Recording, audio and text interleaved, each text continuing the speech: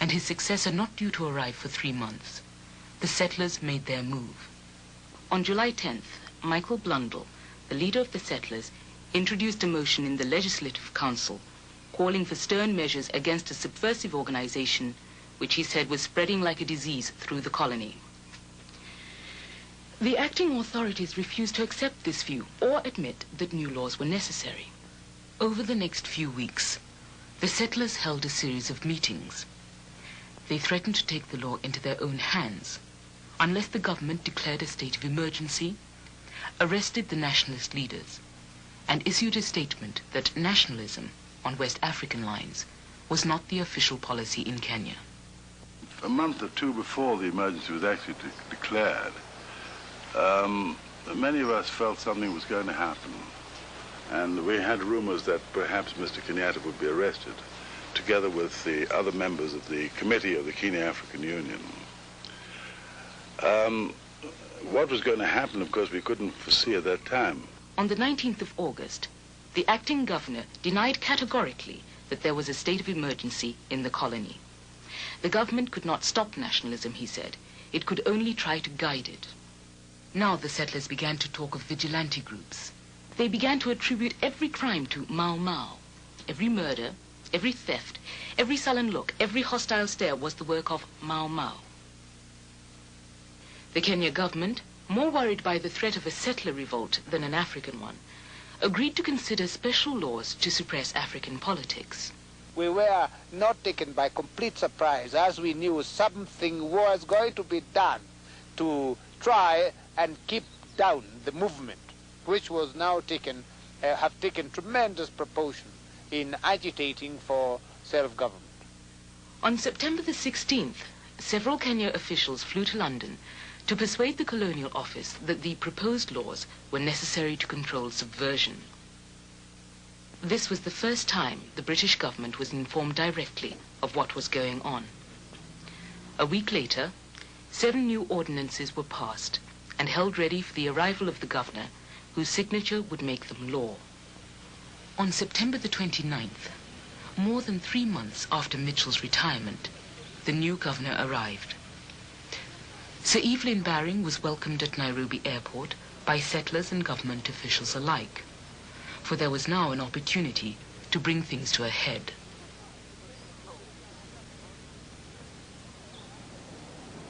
On September the 30th, Baring was sworn in as governor. On October the 3rd, he signed the new legislation. He was then taken for a brief tour of the rural areas where Mau Mau was allegedly operating.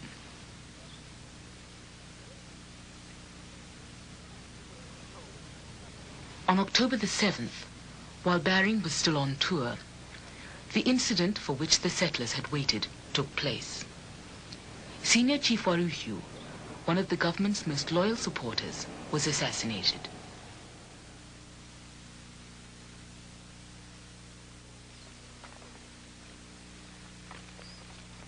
On October the 9th, Baring returned to Nairobi.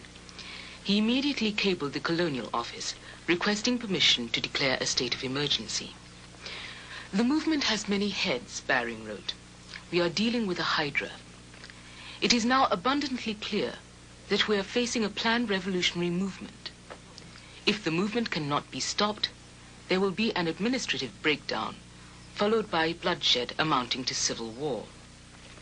European farmers are very reasonable, but all indications are that there will be a planned assassination of Europeans. Reprisals will then be absolutely inevitable. At this point, 10 days before the emergency began, not one European settler had been killed. On October the 14th, the Secretary of State for the Colonies, Oliver Littleton, approved Baring's request. First the Kenya government, and now the British government, had in effect accepted the settlers' concept of Mau Mau. It remained only to convince the world.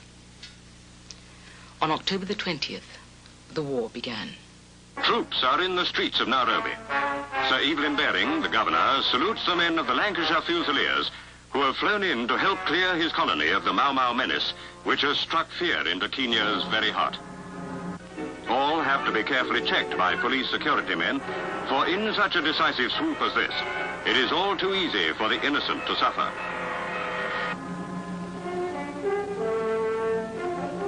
Nairobi police have been supplemented by hundreds of civilians, many of them women, to help round up the Mau Mau bandits. Radio-controlled cars with armored vehicles are used to carry out the army's plans for bringing in all suspects. More than 3,500 have been arrested already. It is difficult to describe the sense of relief which overcame me, Michael Blundell later wrote. I felt as if a great load had been lifted from me, as I thought of the pressures which we had exerted earlier and the uncooperative way in which they had been met.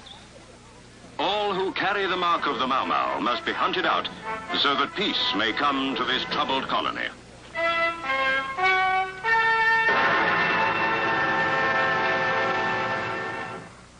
Having authorized the state of emergency, it was necessary for the Colonial Secretary, on behalf of the British government, to discover against whom or what it was directed. Mr. Littleton, you said in the House of Commons last week that you were going out to Kenya to see for yourself and to discuss the measures now being taken to suppress the activities of the Mau Mau. Now, can you tell me more or less how these people operate? Well, the Mau Mau is a secret society which enforces membership by compelling, very often compelling people to take these oaths, and that's how it's built up its membership. Now, how many of the 5.5 million Africans in Kenya are members of the Mau Mau? It's impossible to say. There's some estimates put it as high as 100,000 out of 5.5 million, and some much lower. And of course you can't tell how many of the, say, 100,000 are voluntary members or how many have joined from intimidation. We had made representations a week after the Colonial Secretary, Oliver Littleton, came here to have talks with him. We met the governor and the Colonial Secretary. The governor at the time was Sir Evelyn Baring. And that was a very futile interview because I think they'd made up their minds before they saw us as to what would be the answer. They wouldn't argue anything with us. We'd made several proposals. And one of the most interesting things about that, the last memorandum submitted by the Kenyan African Union at that meeting, we never asked for independence. We asked that half the legislature should be African and the other half non-African. We asked for the elimination of the color bar. We asked for more educational facilities. We asked for more money to be spent on African agriculture, but we did not ask for independence. It was all thrown overboard. Mau Mau is not a child of economic pressure, Mr. Littleton told the House of Commons on November the 7th. It feeds not on economic discontent, but on a perverted nationalism and a sort of nostalgia for barbarism. When Mr. Kenyatta was arrested and the emergency was declared, and this persecution of the people meted out by the British government, British forces over here, that made the people even more determined to continue the fight and to pursue the fight using force. We had no other alternative.